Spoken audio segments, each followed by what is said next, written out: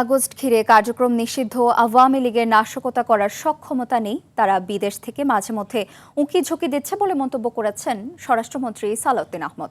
দুপুরে সচিবালয়ে সাংবাদিকদের প্রশ্নের জবাবে তিনি এ মন্তব্য করেন।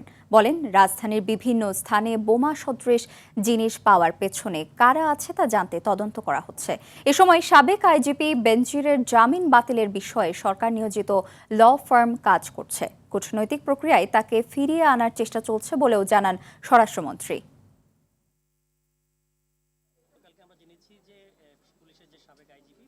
খুব শঙ্কিত হওয়ার কোনো কারণ নাই।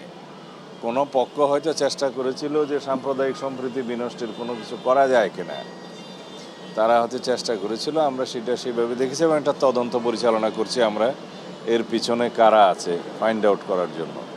আওয়ামী লীগের এত মরদ আছে বলে তো আমার মনে হয় না।